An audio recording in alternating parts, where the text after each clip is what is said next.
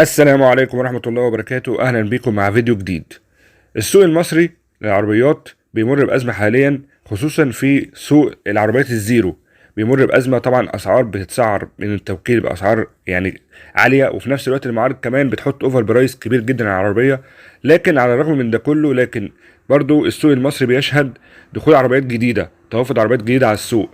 واحنا دايما سباقين ان احنا نعمل لكم او نقول لكم الخبر بالعربيه الجديده اللي هتنزل السوق قبل ما تنزل، وفي نفس الوقت برضو اول ما بتنزل بنبقى بنجري بسرعه عشان خاطر نعمل لكم برضو ريفيو عنها، عشان برضو نبقى اول الناس اللي تعمل لكم ريفيو عن حاجه زي كده، وعشان برضو ندخلك او نخليك جوه عالم العربيات وعالم السيارات اللي بتعشقه واحنا كمان بنعشقه.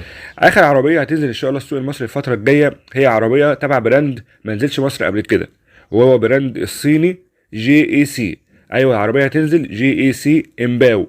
العربيه دي معروفه في دول الخليج جامد جدا، وبراند محترم جدا، بيقدم كمان عربيات كهرباء، وبيقدم عربيات سيدان كويسه جدا، وبيقدم برضو عربيات اس يو في.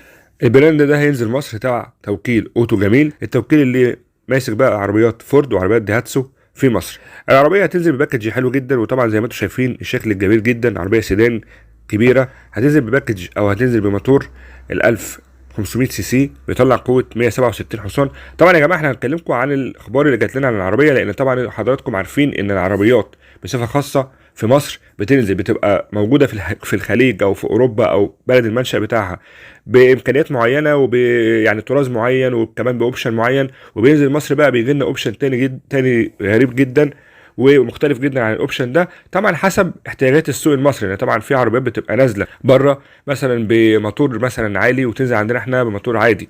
بتبقى نازله مثلا بره بموتور هايبرد، وتنزل عندنا بموتور اعتيادي عادي جدا. بتبقى نازله مثلا بره بكذا فئه، بتنزل عندنا بفئه واحده. طبعا ده غير الاسعار. فالعربيه زي ما قلنا هتنزل بموتور ان شاء الله 1500 سي سي، او يعني النسخه الموجوده بره هي ال 1500 سي سي اللي بتطلع قوه 167 حصان. الباكج جميل جدا طبعا زي ما انتم شايفين. عربيه شكلها من بره جميل، وبرده شكلها من جوه، الاوبشن بتاعها من جوه، الفرش بتاعها مع كمان العربيه من جوه، مثلا فرامل اليد الكهرباء، وكمان الاوبشن الجميل، والشاشه شاشه عدادات وشاشه برده وسايط، الاثنين في لوح زجاجي واحد. المقاسات طبعا برضو لسه مش معروفه، وان يكون مثلا ممكن تكون مقاسات 12 و3 من 10 بوصه لكل شاشه. برضو الماتيريال بتاع العربيه من جوه، ماتيريال الابواب. الاسعار طبعا احنا لسه ما نعرفش الاسعار ايه، لان طبعا برضو زي ما احنا عارفين وزي ما قلنا في اول الفيديو ان العربيه بتبقى نازله الوكيل بيعرضها بسعر معين، وتنزل برضو بعد كده الاوفر برايس عليها بتبقى بسعر تاني خالص، بيوديك ناحيه باكج من السعر حاجه تانية خالص.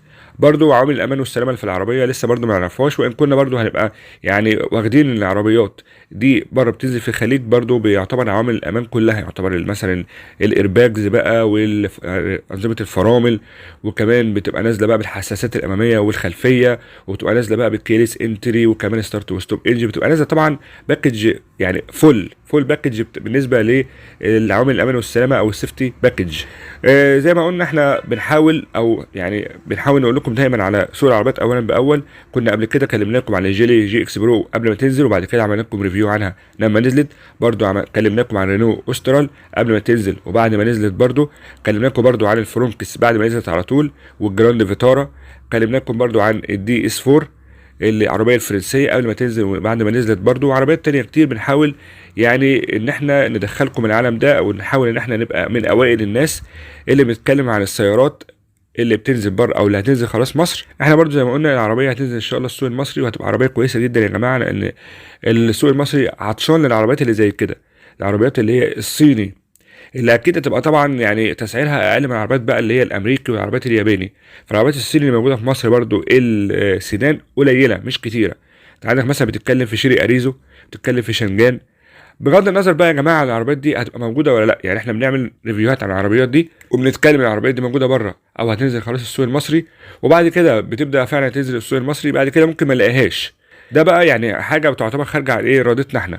هو في نفس الوقت برضو السوق المصري كده بقاله فتره كبيره كده، مش بس مساله ان انت ما تلاقيش عربيات اسعارها كويسه، لا انت كمان بتبقى العربيه نازله عندك وفي نفس الوقت بعد كده ما بتلاقيهاش.